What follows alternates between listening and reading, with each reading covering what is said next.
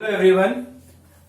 हमने last class में किया था what is determinant and how to evaluate determinant using expansion. फिर हमने किया था माइनर, फिर हमने किया था कोफैक्टर। तो अब हम जब आगे क्वेश्चंस करेंगे तो डिफिकल्टी लेवल क्वेश्चंस का बढ़ेगा, तो हम उनको इजिली इवेल्युएट नहीं कर सकते यूजिंग एक्सपेंशन। तो हमें कुछ प्रॉपर्टीज की हेल्प लेनी पड़ेगी। तो वो प्रॉपर्टीज है क्या, उनको कैसे यूज करना है, उसी के लिए आज का हमारा टॉपिक है प्रॉपर्टीज ऑफ डिटर्मिनेंट। इस टॉपिक में हम पढ़ेंगे किन प्रॉपर्टीज की हेल्प से हम डिटर्मिनेंट को इजिली इवेल्युएट कर सकते हैं और कैसे इन प्रॉपर्टीज को हमें यूज करना है। क्लियर? तो let's start the property. First property है, एज्यूम कि आपके पास कोई भी एक स्क्वायर मैट्रिक्स है Aij of order n cross n। Clear? क्योंकि डिटर्मिनेंट तभी आएगा जब वो स्क्वायर मैट्रिक्स होगा। Clear? First property says the determinant of matrix is always equal to the determinant of its transpose।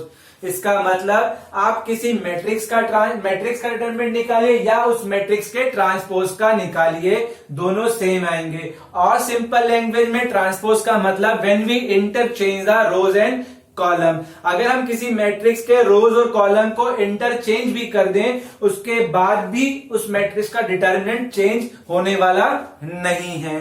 तो देखते हैं एग्जांपल से। एज्यूम आपके पास एक 2x2 मैट्रिक्स है 2 3 4 7। क्लियर? आप इसका डिटरमिनेंट निकालते हैं तो डिटरमिनेंट आएगा 2 4 3 7 का 2 into 7 14, 14 minus 12 it is equal to 2।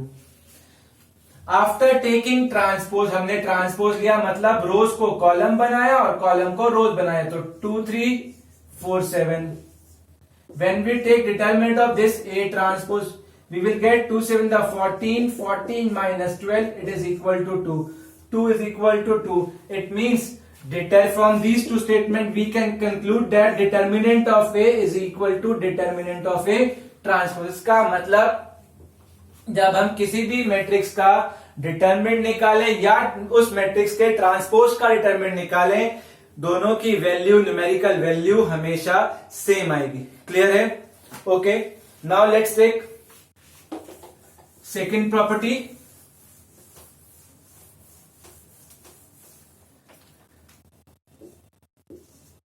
Second property says if we interchange 2 rows or 2 column then value of determinant get changed by negative sign। It means अगर हम 2 रोज को आपस में इंटरचेंज करें या 2 कॉलम को आपस में इंटरचेंज करें, डिटर्मिनेंट की वैल्यू में कोई भी न्यूमेरिकल चेंज नहीं आएगा। जस्ट जो भी उसकी न्यूमेरिकल वैल्यू पहले थी अब भी वही रहेगी, बस उसके साथ एक नेगेटिव साइन एक्स्ट्रा आ जाएगा।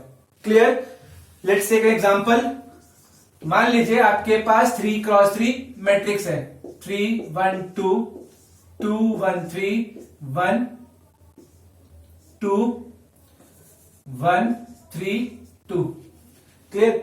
आपके पास एक मैट्रिक्स है, एलिमेंट्स आर 3 1 2 2 1 3 एंड 1 3 2।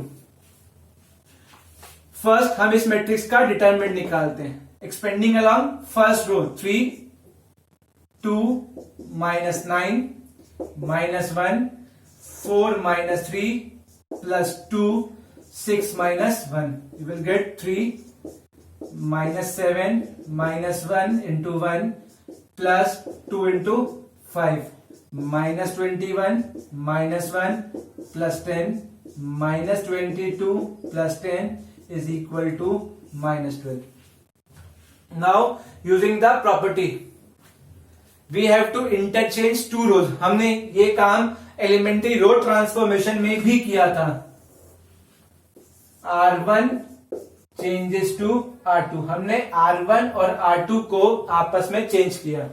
तो R1 और R2 को आपस में चेंज करने के बाद जो रिजल्ट आएगा वो आएगा आपके पास 2 1 3 3 1 2 1 3 2।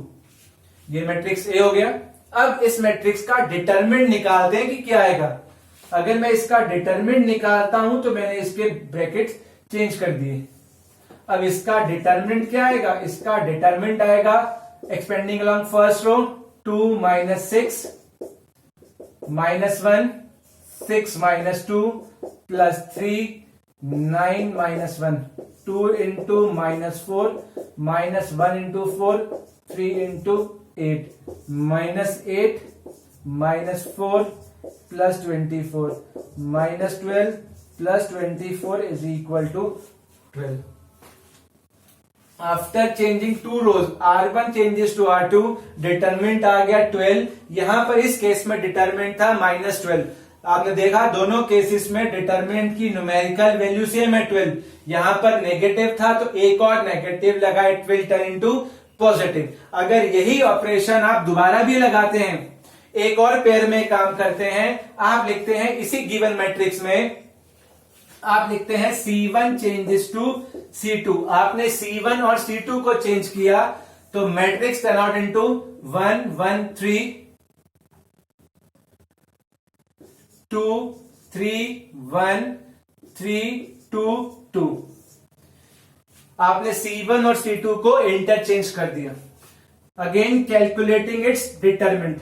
इस मैट्रिक्स का डिटरमिनेंट कर रहे हैं एक्सपेंडिंग अलोंग फर्स्ट रो. 1 लिखा, 6 minus 2 minus 2 2 minus 6 plus 3 1 minus 9 1 into 4 minus 2 into minus 4 plus 3 into minus 8 4 plus 8 minus 24 you will get minus 12. देखिए पहले -12 था, आपने एक ऑपरेशन लगाया, इट विल बिकम +12. आपने फिर ऑपरेशन लगाया, इट विल बिकम माइनस. इसका मतलब आपने यहाँ पे दो, अगर आप इस मैट्रिक्स की बात करें तो इस मैट्रिक्स में आपने दो ऑपरेशन लगाए. एक बार रो चेंज किया तो नेगेटिव से इनटू हुआ, फिर ऑपरेट किया कॉलम वाइज तो फिर नेगेटिव से इनटू किया, तो दो ऑपरेशन चेंज किए. -1 की पावर 2 1. देखिए सेम टू सेम आ गया. इसका मतलब आप कभी भी दो रोज या कभी भी दो कॉलम को आपस में इंटरचेंज करेंगे तो डिटरमिनेंट की वैल्यू में चेंज नहीं आएगा. डिटरमिनेंट के साथ एक नेगेटिव साइन आप एक्स्ट्रा लगा देंगे बस. क्लियर? और आपको याद होगा जब हमने elementary row transform elementary operations किए थे तब हमने कहा था कि हम एक टाइम पे एक ही लगाएंगे, आइदर रो और कॉलम. मगर यहां पर ऐसा नहीं है. वहां पर क्यों था? वहां पर था A इज इक्वल टू आई ए. जो चेंजेस आपने ए में किए थे वो आई में किए थे क्योंकि आई रोज दे रहा था, और ए इज इक्वल टू आई में आपने कॉलम किया था. फॉर मेंटेनिंग द इक्वेलिटी वहां पे एक टाइम पे एक ही काम करते हैं, या तो रो या कॉलम. यहां पर ऐसा नहीं है. यहां पर एक सिंपल डिटरमिनेंट आपको निकालना है, इक्वेलिटी में नहीं है. तो आप रो लगाइए या कॉलम लगाइए, कुछ भी आप एक साथ लगा सकते हैं. रो के बाद कॉलम, कॉलम के बाद रो आप लगा सकते हैं. क्लियर? तो अभी तक हमने दो प्रॉपर्टी पढ़ ली. पहली प्रॉपर्टी थी कि determinant of matrix plus determinant of matrix is always equal to determinants of it adjoint. दूसरी प्रॉपर्टी थी if we interchange two rows और two columns then value of determinant can change by minus sign. Clear?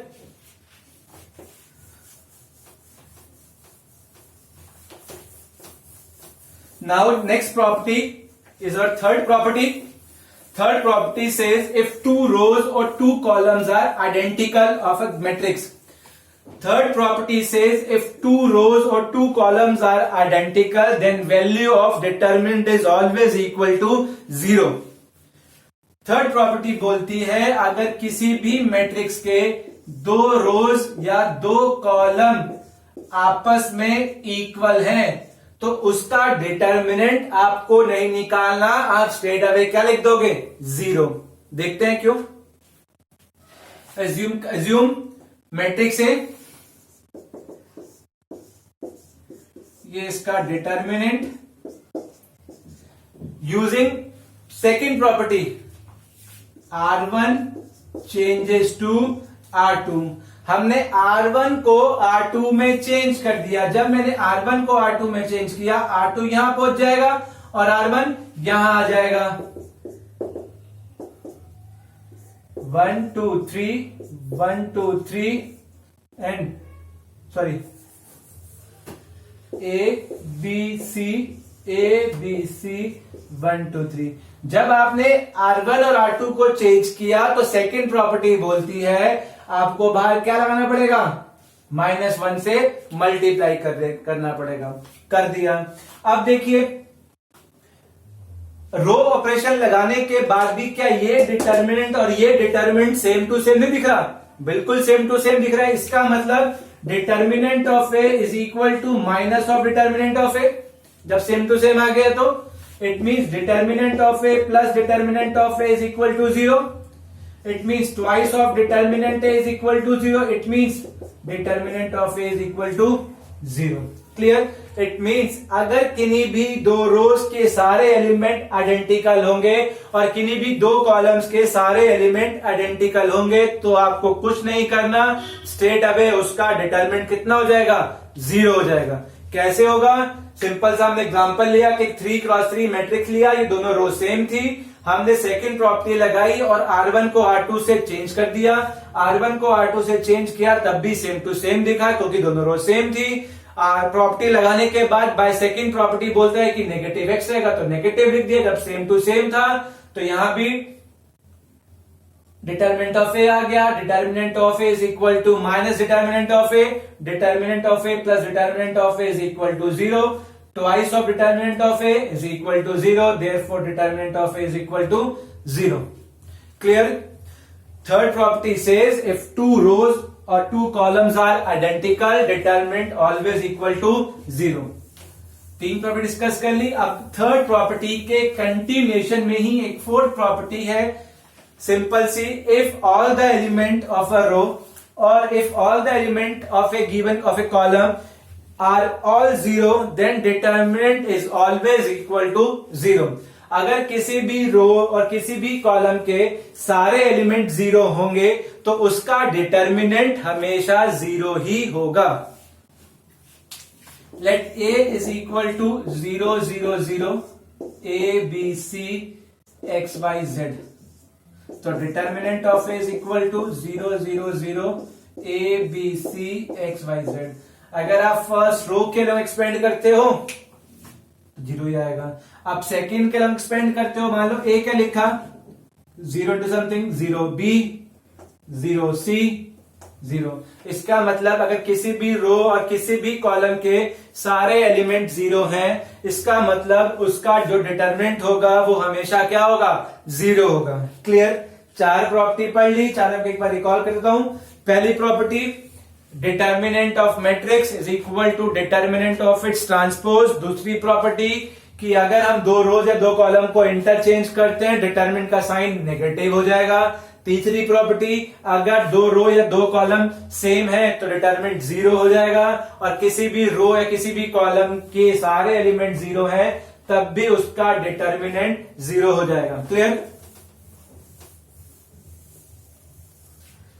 Now let's fifth property. Fifth property says if each element of a row or a column multiplied by a non-zero number say k, then determinant is increased by k times of the previous one. Simple language, अगर हम किसी भी matrix के हर रो के element, किसी भी matrix के particular रो के सारे एलिमेंट को अगर किसी नंबर से मल्टीप्लाई करते हैं तो डिटर्मिनेंट भी उतने टाइम्स बढ़ जाएगा। क्लियर?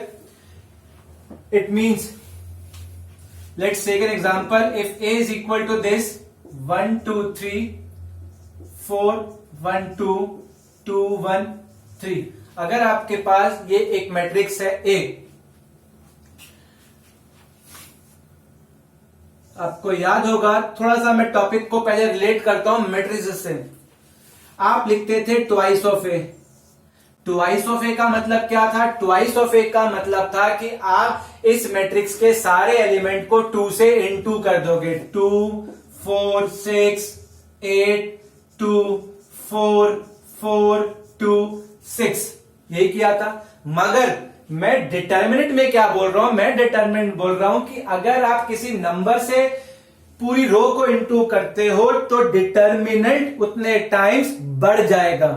मगर मैट्रिसेस में बोला गया था अगर ये मैट्रिक्स ए है और आप ट्वाइस ऑफ ए लिखते हो, इसका मतलब था कि आप इसके सारे एलिमेंट को इनटू कर रहे हो। मगर डिटर्मिनेंट में क्या है, डिटर्मिनेंट में क्या है, अगर आप ए डिटर्मिनेंट लिखते हैं तो डिटर्मिनेंट ऑफ ए क्या आएगा, 1 2 3 4 1 2 2 1 3। अगर मैं लिखता हूं R1 changes to 2 R1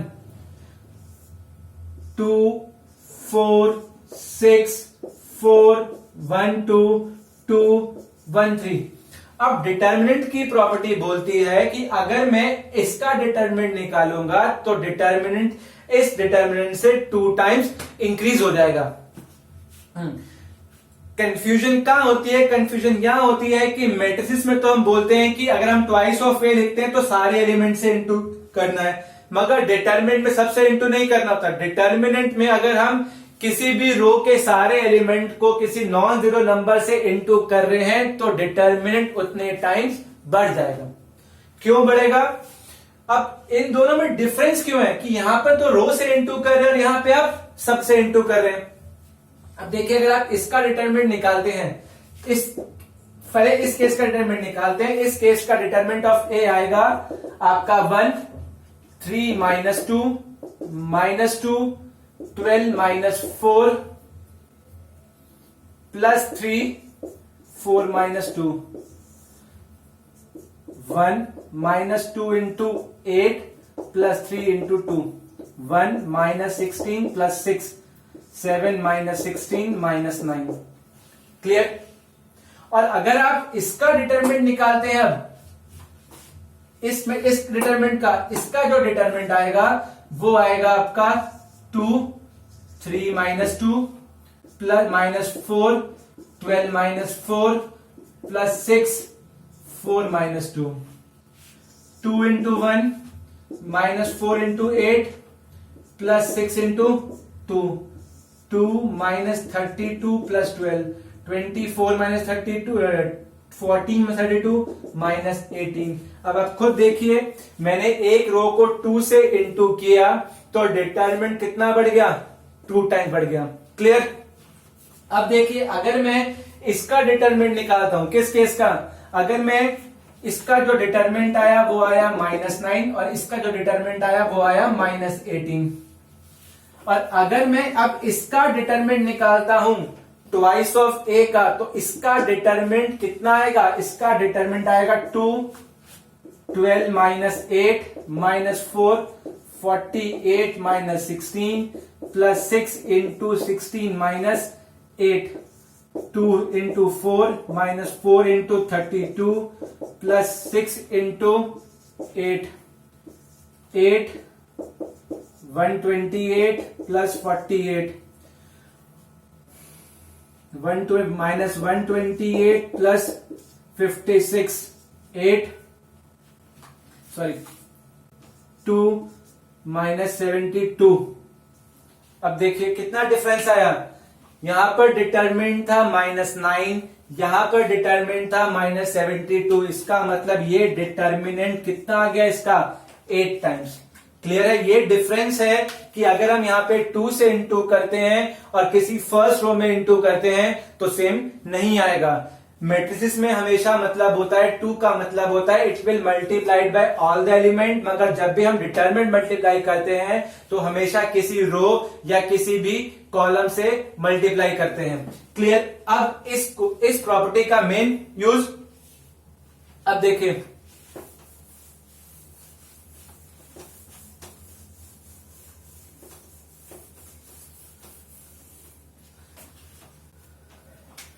assume आपका मैट्रिक्स है ABCEFG XYZ।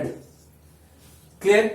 इफ अगर इस मैट्रिक्स का डिटरमिनेंट आपका 5 है, एज्यूम कर लीजिए कि 5 है, if you multiply R1 by K,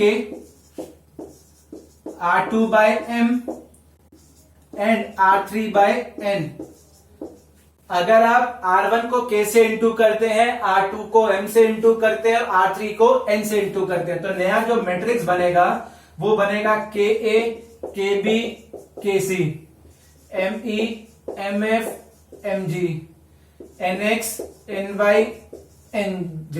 इस मैट्रिक्स को हमने बोल दिया मैट्रिक्स B। तो अब क्वेश्चन अराइज होता है कि नया मैट्रिक्स का जो हमारा डिटरमिनेंट होगा उस डिटर्मिनेंट में और जो प्रीवियस डिटर्मिनेंट है उन दोनों में क्या रिलेशन है। तो हमने प्रॉपर्टी पढ़ा कि अगर हम किसी भी रो के सारे एलिमेंट को किसी नंबर से मल्टीप्लाई करते हैं तो डिटर्मिनेंट उतने टाइम्स बढ़ जाएगा। ये पढ़ा हमने। तो इसको k से इंटू किया तो k टाइम बढ़ गया, इसको m से किया तो m टाइम बढ़ गया, इसको n से किया तो n टाइम बढ़ गया। इसका मतलब डिटर्मिनेंट ऑफ b कितना आ गया, k mn times of determinant of a। Clear. इसी के बेसिस पर एक और रिजल्ट बन सकता है कि अगर हमने A मैट्रिक्स के तीनों रो में किसी नॉन जीरो नंबर यानी कि से k से इंटू कर दिया, R1 changes to KR1, R2 changes to KR2, R3 changes to KR3, तो what will be the new determinant. New क्या बनेगा, determinant of B is equal to k की पावर 3, तो k की power 3 into determinant of A। और यही अगर n cross n matrix हो, यही अगर n क्रॉस n मैट्रिक्स हो तो उसके डिटर्मिनेंट में क्या चीज आएगा, determinant of B is equal to k times of n की power k raise to the power n into determinant of A। तो इस प्रॉपर्टी का मेन है कि अगर हम किसी भी रो को किसी नॉन जीरो नंबर से इंटू करते हैं तो डिटर्मिनेंट उतने टाइम्स बढ़ जाता है। अगर हम हर एलिमेंट हर रो को k से इंटू करेंगे और हमारा मैट्रिक्स n क्रॉस n है तो नया डिटर्मिनेंट कितना आएगा, नया डिटर्मिनेंट आएगा k की power n into determinant of A।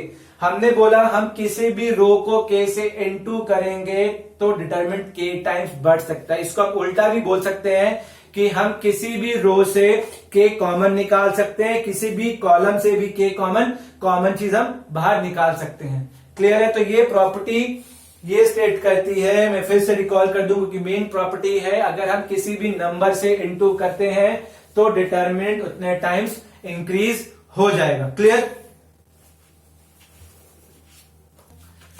6 property बोलती है अगर किसी भी मैट्रिक्स की कोई भी रो के सारे एलिमेंट सम ऑफ 2 एलिमेंट हैं, किसी भी रो के अगर सारे एलिमेंट सम और मोर देन 2 के एलिमेंट की फॉर्म में आपने लिखा हुआ है तो आप उसको डिटर्मिनेंट को भी सम ऑफ 2 और मोर डिटर्मिनेंट की फॉर्म में एक्सप्रेस कर सकते हैं। दोबारा बोल दो प्रॉपर्टी के अगर किसी भी मैट्रिक्स के किसी भी रो या किसी भी कॉलम के सारे एलिमेंट सम ऑफ 2 एलिमेंट्स हैं तो आप उसके डिटर्मिनेंट को भी सम ऑफ 2 और मोर डिटर्मिनेंट की फॉर्म में ब्रेक कर सकते हो। एग्जांपल देखते हैं। अगर आपके पास मैट्रिक्स है A B C X Y Z A plus x B plus y plus and C plus Z, आप देख रहे हैं कि थर्ड रो के सारे एलिमेंट सम ऑफ 2 एलिमेंट हैं। क्लियर है। थर्ड रो के सारे एलिमेंट सम ऑफ 2 है तो हम इस मैट्रिक्स तो इसका डिटर्मिनेंट इस फॉर्म में होगा A B C X Y Z A plus x B plus y C plus Z। तो हम इसके डिटर्मिनेंट को ब्रेक कर सकते हैं A B C X Y Z A B C plus A B C X Y Z और X Y Z। हमने क्या प्रॉपर्टी यूज की, क्योंकि हमें पता है अगर किसी भी मैट्रिक्स के किसी भी रो के सारे एलिमेंट सम ऑफ 2 हैं तो हम उस मैट्रिक्स में उसके डिटरमिनेंट को भी सम ऑफ 2 डिटरमिनेंट की फॉर्म में ब्रेक कर सकते हैं। तो अब इस क्वेश्चन का आंसर क्या होगा, इस क्वेश्चन का आंसर होना चाहिए मेरे ख्याल से 0। क्यों? क्योंकि if 2 rows are same determinant is always equal to 0। if 2 rows are same determinant is equal to 0 and 0 plus 0 is again 0। यहां पर R1 और R3 सेम है, यहां पर R2 और R3 सेम है। क्लियर। अगर किसी भी मैट्रिक्स में किसी भी रो के सारे एलिमेंट सम ऑफ 2 और मोर एलिमेंट हैं तो हम उस मैट्रिक्स के डिटरमिनेंट को भी सम ऑफ 2 और मोर डिटरमिनेंट में ब्रेक कर सकते हैं। क्लियर। अब लास्ट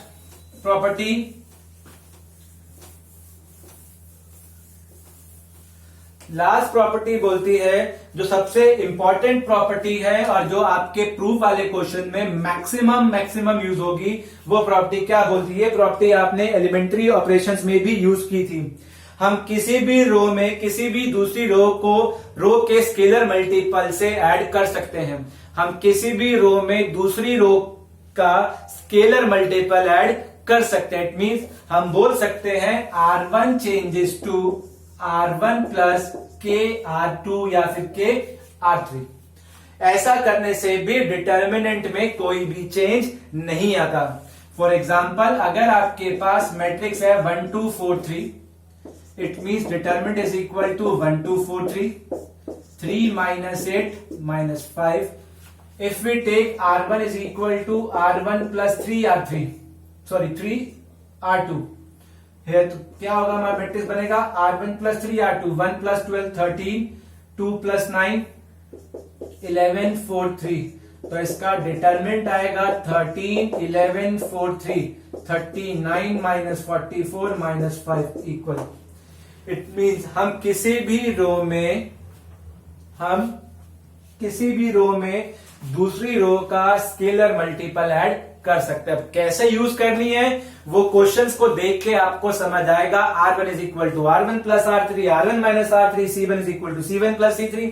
हाँ, मगर इस प्रॉपर्टी को लगाते वक्त एक बात का ध्यान रखिएगा, आप ये नहीं कर सकते R1 चेंजेस टू 3R1, ये प्रॉपर्टी आप यूज नहीं कर सकते स्ट्रेट अवे। अगर आप इस प्रॉपर्टी का मतलब है, आपने यहां पे लिखा था R1 is equal to R1 plus 3R2 लिखा था, आप बोल सकते हैं कि मैंने यहां पे तो 3 से इंटू कर दिया। यहां पर आपने 3 से इंटू R2 में किया था, मगर वो R2 में दिखा नहीं। वो R2 में जो आपने 3 से इंटू किया था वो किसके लिए किया था? R1 के लिए किया था।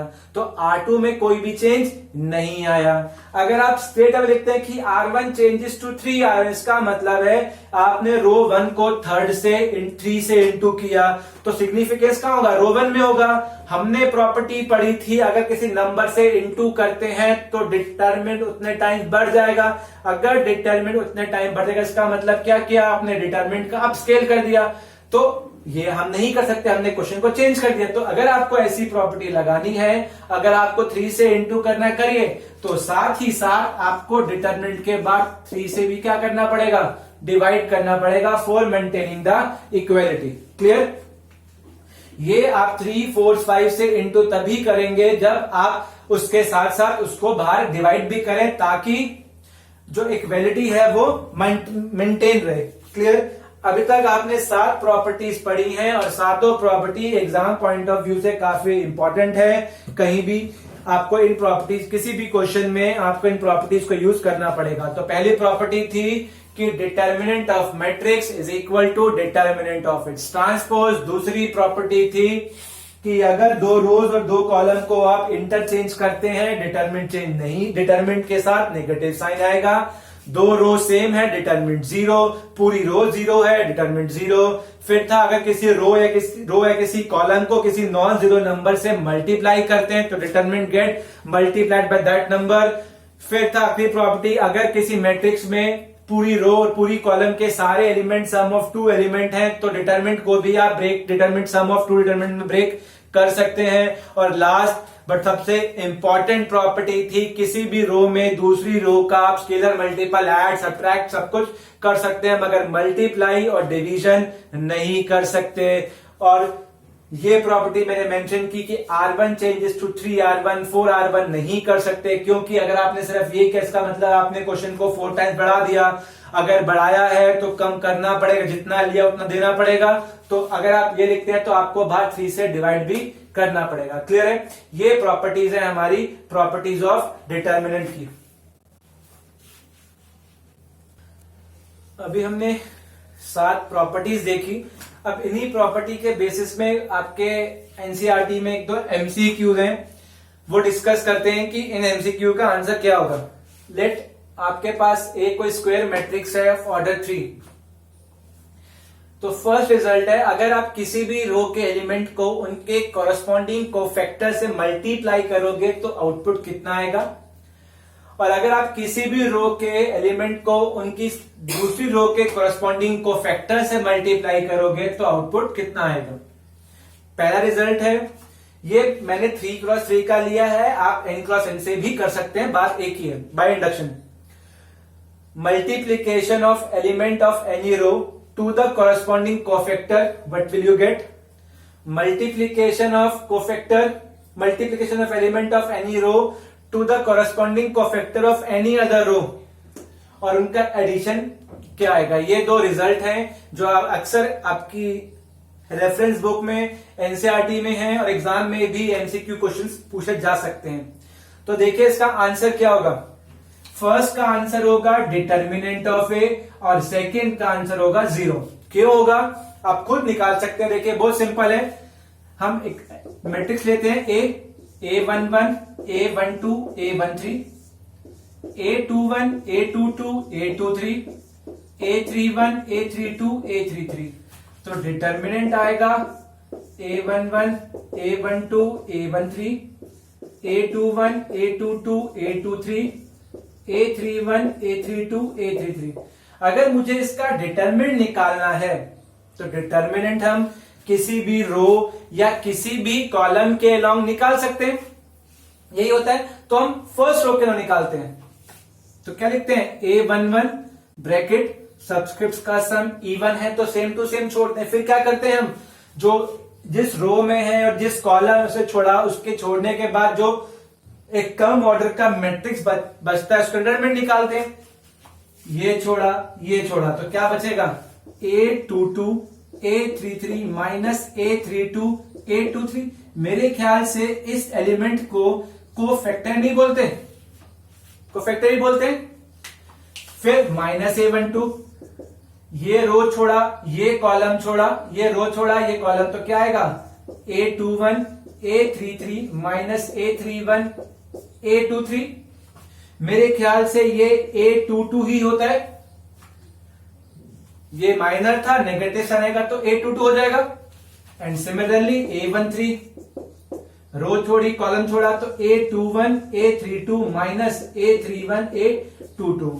तो मैं जानता हूं ये क्या होता है मेरा, ये कोफैक्टर होता है। A12 cofactor, A13 cofactor. तो इसका मतलब क्या आ गया मेरे पास, डिटर्मिनेंट।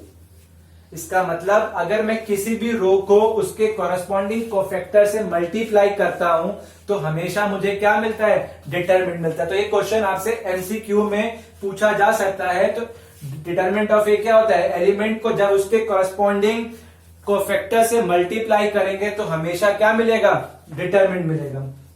मैंने कुछ नहीं किया, मुझे पता था मैं डिटरमिनेंट निकाल रहा हूं, तो डिटरमिनेंट निकालते जो प्रोसेस करना है वही किया मैंने। फर्स्ट एलिमेंट लिखा, रो गई, कॉलम की, इसका निकाल लिया। इस सब 2x2 का डिटरमिनेंट, फिर A12 2x2 का, और मुझे पता है 2x2 का determinant into -1 of their addresses की जो पावर होती है वो क्या होता है, कोफैक्टर। इट मींस एलिमेंट को उसके कोफैक्टर से मल्टीप्लाई करने पे कितना आएगा, डिटरमिनेंट आएगा। तो फर्स्ट का आंसर डिटरमिनेंट आ गया। अब यही अगर मैं सेकंड केस देखूं, सेकंड केस में 0 क्यों आएगा। सेकंड केस में A11 लिखा, A11 किससे इंटू करना है, A21 के कोफैक्टर से। अगर A21 का कोफैक्टर देखूंगा तो ये रो गई और ये कॉलम गया, तो क्या बचेंगे, ये 4 बचेंगे। क्या एलिमेंट आएगा, A12 A33 minus A32 A13 plus अगला एलिमेंट A12 किसका कोफैक्टर, A22 का, ये रो गई और ये कॉलम गया, तो क्या बचा A11 A33 minus A31 A13।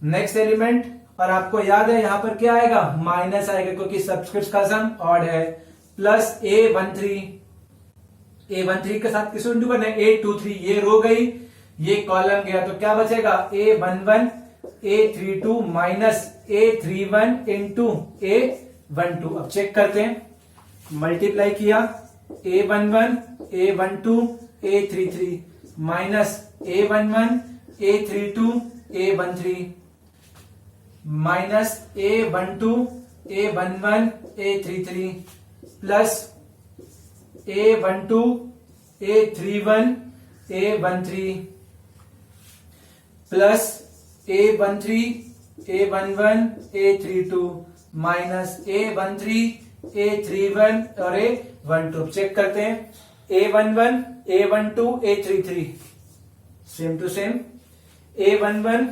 A11 A32 A32 A13 A13 cancel, A12 A12 A13 A13 A31 A31 cancel, तो आंसर कितना आ गया?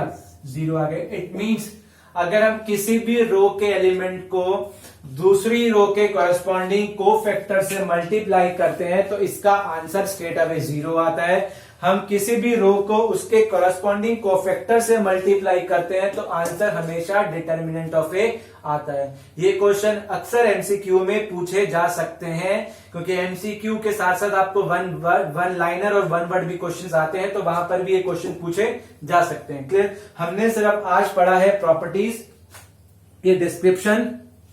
अगर आपको प्रॉपर्टीज में कोई भी डाउट हो तो आप कमेंट बॉक्स में पूछेगा, मैं आपको उसका फिर से एक्सप्लेनेशन भेज दूंगा।